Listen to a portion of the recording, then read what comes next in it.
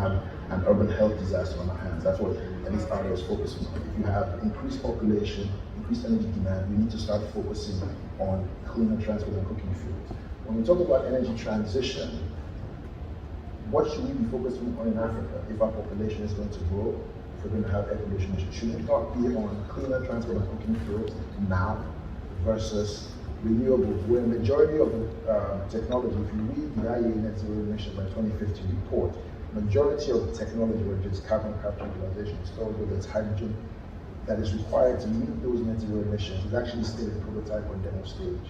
So we should actually be focusing right now on a defined decade by decade investment plan for Africa that focuses on cleaner transport and cooking fuels now, power generation, natural gas, and starts to bring in renewables technology as it becomes mature over time when the innovation is kicked in. So in summary, Africa, I think, has a very bright future, but I do think we need to focus on ensuring that we can produce cleaner transport and cooking fuels in Africa first, before we now adopt renewables technology. And I think the future for the continent is pretty bright.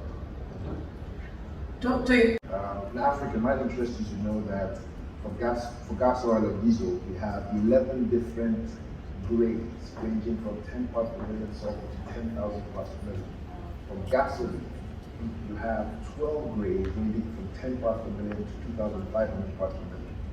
How do you actually sell across borders in those kind of situations? You encourage smuggling, fuel adulteration, and the like. So one of the things ARDA is working on, we've been working on, like I mentioned, with the African Union Commission, to start on harmonizing fuel specs across the continent. So we have a single spec, 10 parts per million sulfur by 2030, and putting an investment plan to ensure everybody has that. With that, with the Africa Continental Free Trade Act, with the Regional Economic Commissions, then we can have a real actionable plan on how to get this done.